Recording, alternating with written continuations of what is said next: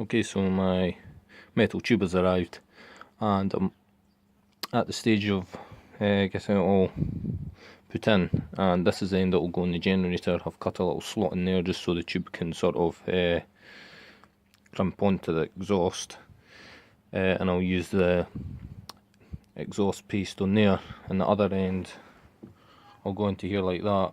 Well, I'm not exactly sure how I'm going to seal it yet. I might just mix exhaust paste with that exhaust wrap and just sort of crimp it in, mix together, and that might work.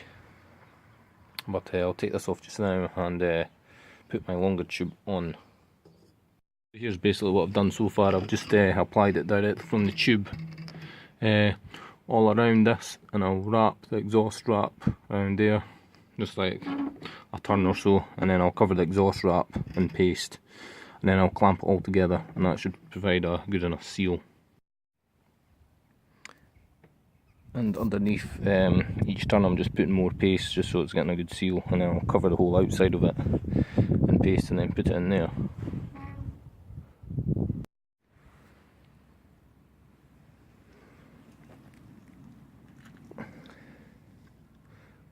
This is what we have now. I've just basically sealed it up as best I can. Underneath the paste there, there's two holes, but what I'm going to do is put more paste over it, put a short length of exhaust wrap round, and put a metal cable tie over it just to seal it up properly. So now that's that all put in, I think that should be secure enough, but we'll soon be able to tell when I start it up. And that's sort of what it's going to be like. I might just move things around very slightly, because that pipe coming out is touching the wood, but it's extremely unlikely that it'll ever get hot enough to cause a fire, because the amount of surface area beforehand to radiate the heat has been pretty massive. With it, that exhaust was designed to go on a 998cc engine in a car, and this engine, I don't know how many cc it is, but I think it's 200, maybe 200, maybe just under. So this will obviously need cut back a bit, but it's certainly a lot quieter out here.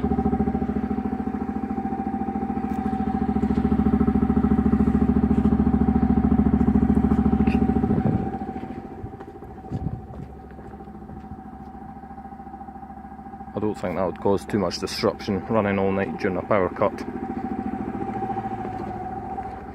I just shut the door.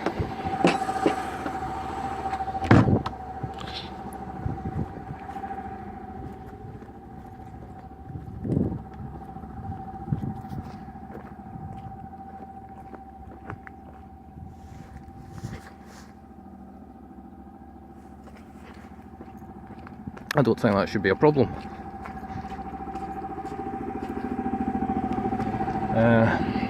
That should be fine, yeah, that's quiet enough. And that's still cold. There's hardly any heat there at all. Still stone cold.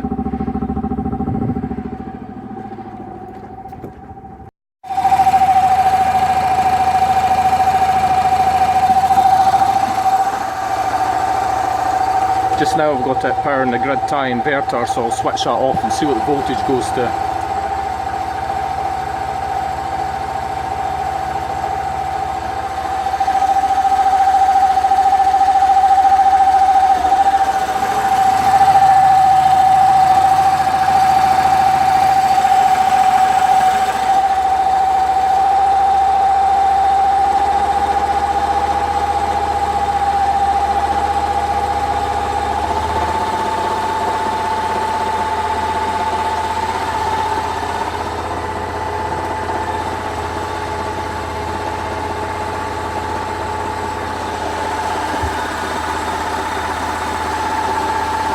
So seems to hold that voltage there, so that's fine. I'll switch the inverter on again. I'm just trying to put it under a decent bit of load to get the exhaust paste hardened. And already it's getting nice and warm in here. What's coming out of there is mostly sort of like water vapour and steam, because there's there's quite a lot of moisture in the exhaust from the last time I run it, and that's all getting evaporated off. So once it's really warmed up, that'll stop.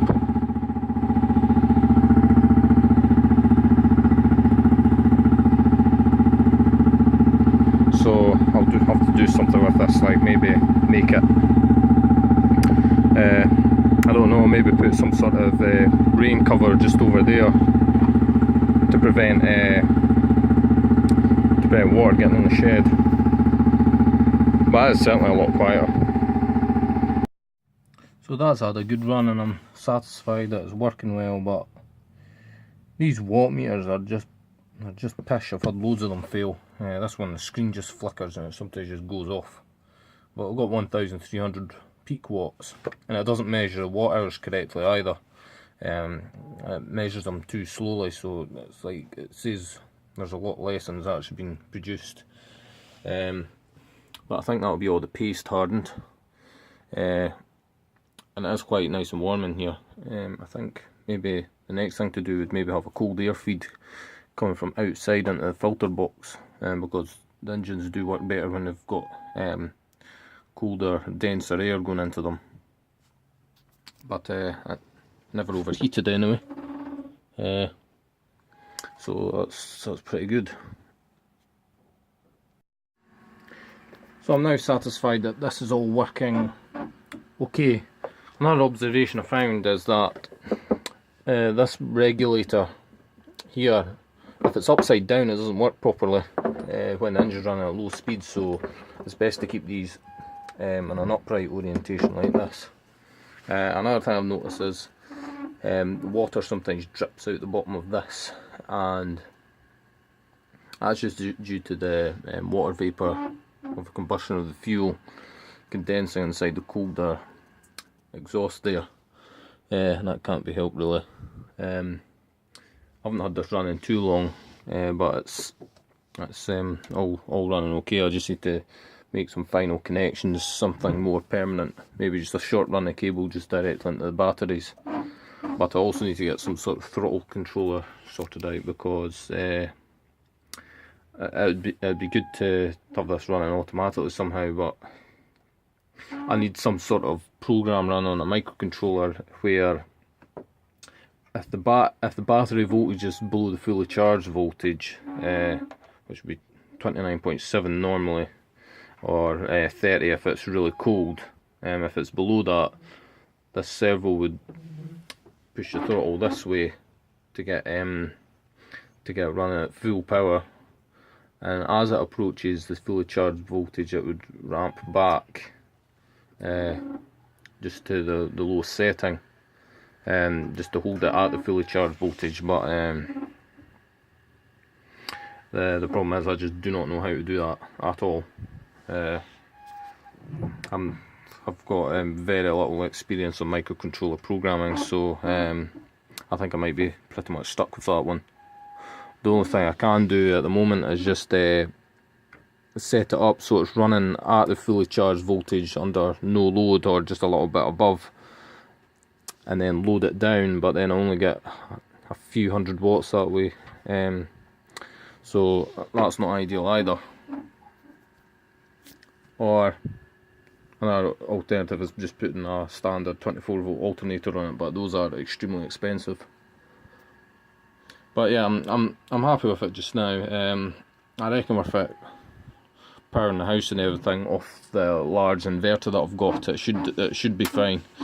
The throttling issue shouldn't be too bad, as long as the generator's helping, maybe providing about 700 watts. The batteries could provide the rest, and I could just run it at higher power while I'm there to supervise it. But the house doesn't use very much power during the night anyway, so it should be okay just running the generator like slowly during the night. But then again, I wouldn't trust this during the night anyway. I just wouldn't be too happy with leaving this running. I'd rather it be running when I'm nearby or here.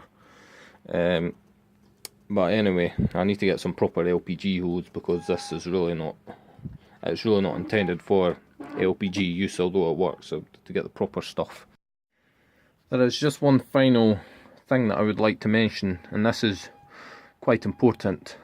with any engine you're converting to run on LPG propane, you need to set the spark plug gap, because I found that it was starting to run really rough.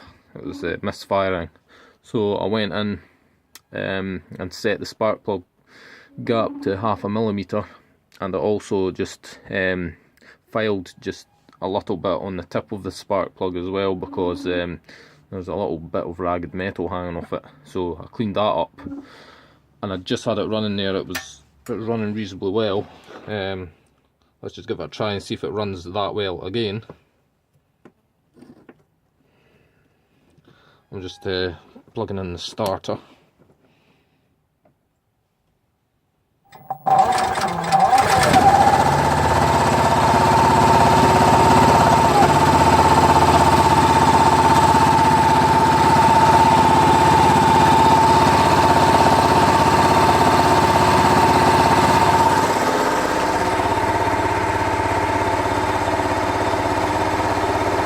So the grid time inverter's still on, so I'm just feeding the power back into the house, and I'm just waiting for that to ramp up and put some proper load on the generator.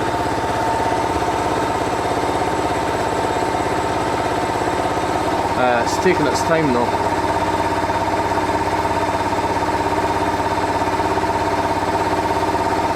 I'm beginning to drop the voltage down a bit now.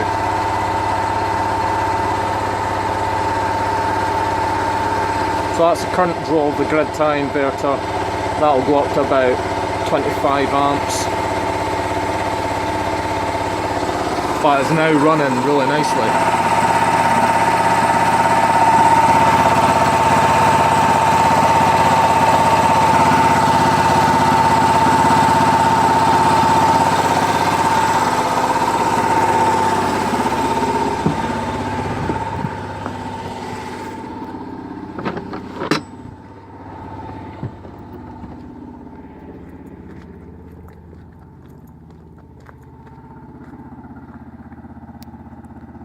Still a lot of steam coming out of there, or water vapour, and that's what that is. That is not smoke. That is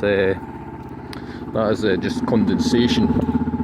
There's just so much water coming out of there. I'm hoping it's not going to rust the exhaust and ruin it. Yeah, but my hand is just soaking now, just with all that condensation. But LPG, it burns really cleanly, so there's no smoke coming off there at all. And I've checked the oil earlier, and the oil is still like new.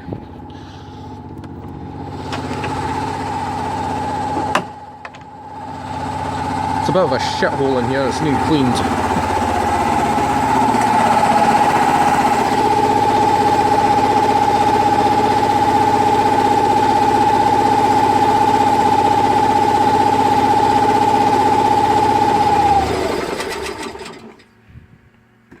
Right, so I'm trying to look at where the condensation on this tank is forming, and it seems to be starting about down there, which is quite strange. So that must mean that there's not that much propane left. I've only got about this much left. It's not too good.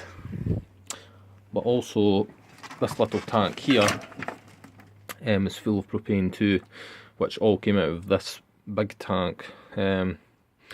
But there's only about 3.9 or 4 kilos in there, I'm not sure, but it's just about full to the brim. So that's where a lot of my propane has gone, as well as I've been using it in the torch, but that doesn't use very much propane. So I might have to get another bottle sooner than I thought. But that's why I like propane.